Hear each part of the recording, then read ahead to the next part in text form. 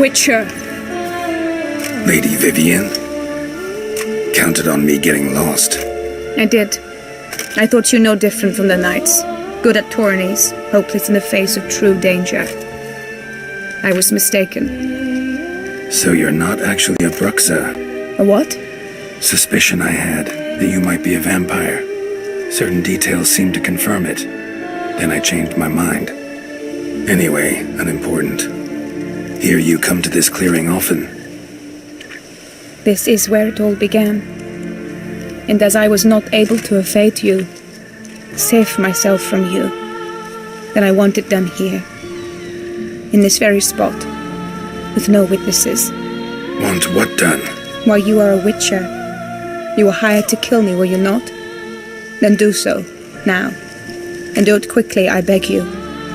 I shan't resist. Witchers only hunt monsters. And even then, not all. You're no monster. Then what am I to your eyes?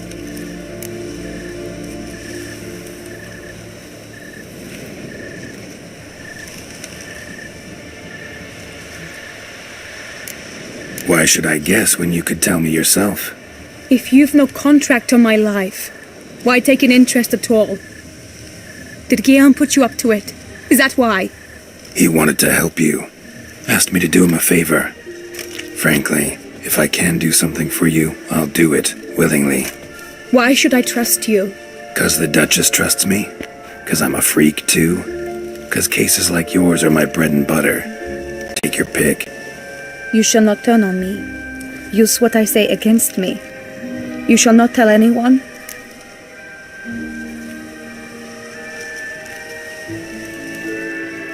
You got nothing to fear.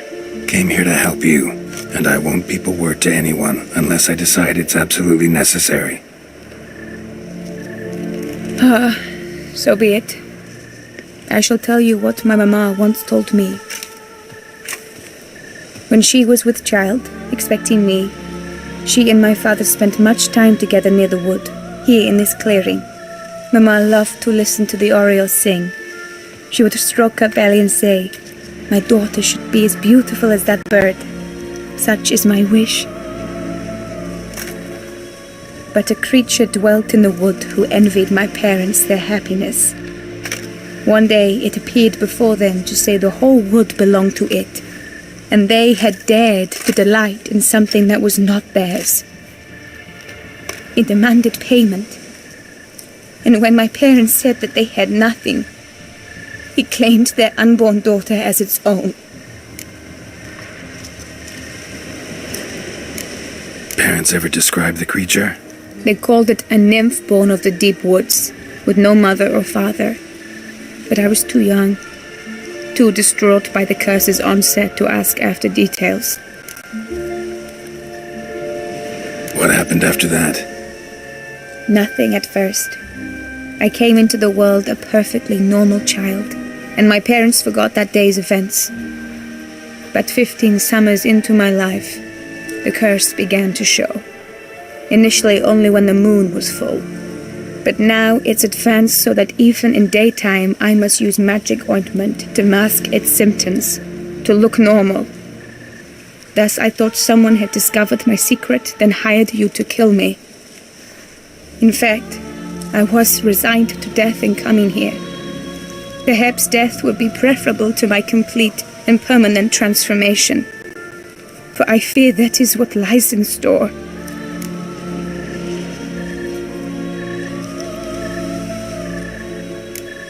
Ointment you use includes a potent magic ingredient.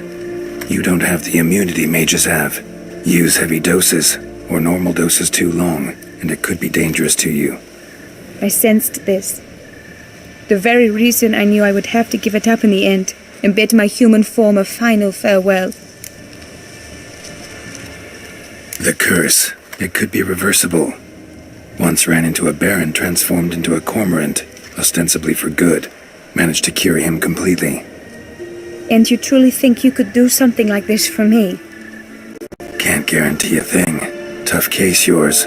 You were cursed before birth. That alone complicates things. Also, you claim the curse is increasing its hold. Symptoms are progressing. Could try transferring the curse onto someone else. What? Out of the question. I shall not allow it to ruin an innocent's life.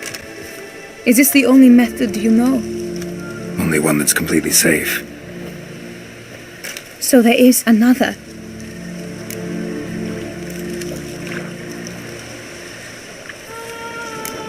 Pretty quick to reject help. Why is that? The curse once transferred would probably have a weaker hold on the new host. Lots weaker. I do not even wish to hear of it. All right, there is another. Ancient ritual. We'd need an Oriole egg. Should release the curse's grip permanently. Gotta warn you though, could have serious consequences. Consequences? What kind? Curse was cast before you came into this world. Ritual involved transferring it to an as-yet unhatched chick. You'd be free. Thing is, you could be left with the average lifespan of an Oriole. 7 years. I understand. Alas, every rose has its thorn, and there are no happy endings. Yet truth be told, I never thought I would get one. I came here prepared to die, yet you wish to give me 7 years of life. Real life, free life. This is no dilemma. I agree, wholeheartedly. I see why. I understand. Don't have to decide just yet. Think it through. I will. They must miss me at the Tawny grounds by now. Shall we return? Let's. But are you gonna... Yes. I cannot appear there all in feathers. Pardon me for a moment.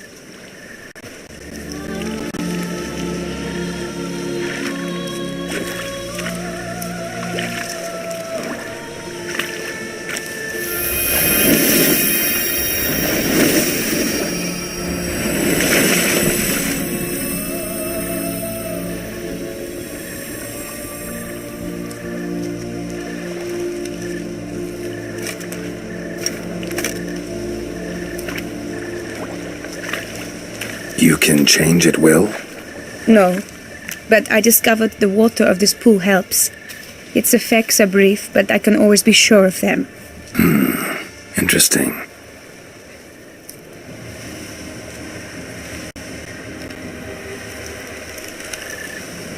Come.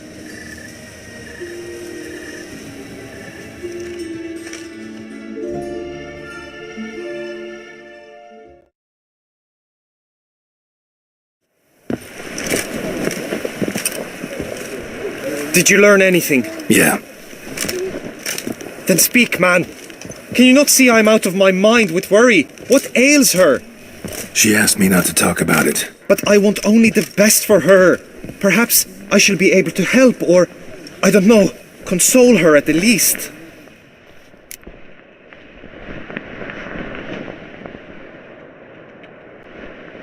We were both right, actually. It is a curse. One that's transforming Vivian into a bird. Her condition's getting worse. Gods! A curse that is a worse affliction than disease. What now? Can you help her? That'll depend on her. I'll try if she asks me. Significant risks involved, though. Shortening her life to about another 7 years included. What? This is not what we agreed.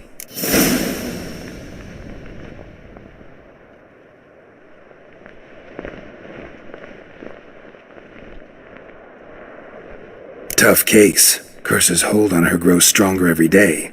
And I'm a witcher, not a miracle worker. Heard of one other method that could work. Curse could be lifted via her reflection, say in a pool of water. Thing is, we'd need someone who'd willingly assume the burden of the curse.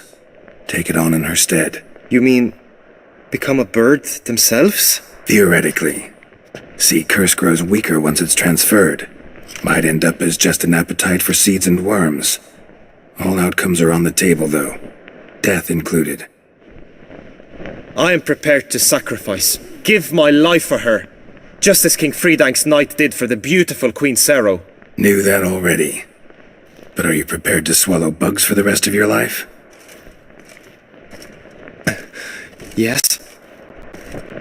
Which method do you believe to be best for Vivienne? Don't know yet. But you have some notion, have you not? Do not tell me you seriously consider drastically shortening her life when I stand prepared to shoulder the burden.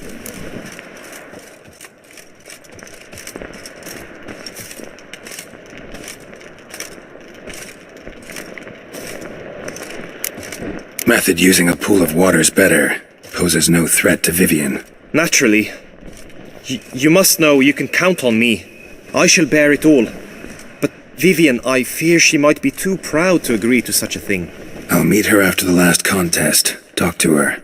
She could agree. I'm counting on you, Witcher, and I'm content we finally know something. What now? We know all, so you need not see the tourney through. You could withdraw. True, I shall get an earful from the Herald should you fail to show for the last contest, but it's nothing I can't handle. So, what will it be?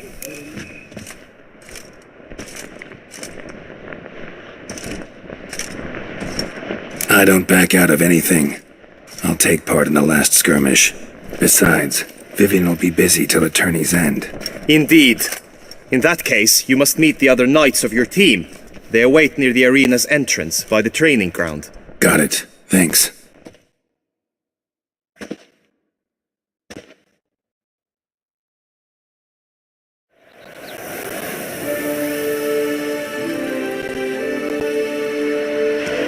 I know now the two teams' rosters.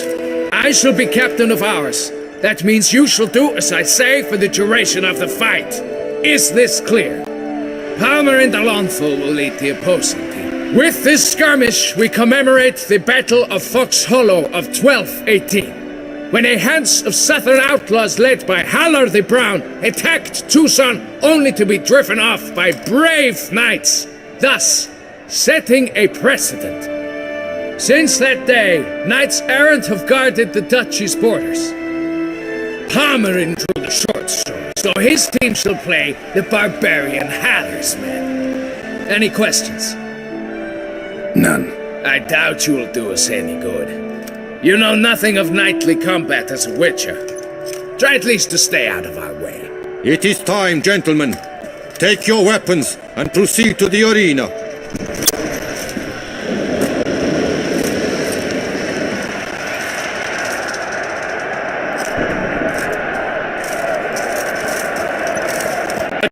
For the knights, the ladies, the lords. For our next entertainment, the teams shall cross swords. 2 rifle crews, 2 coteries shall fight full tilt till one drops to its knees. Who virtue ignores or lance blows unclean shall forever be branded as shameful, obscene.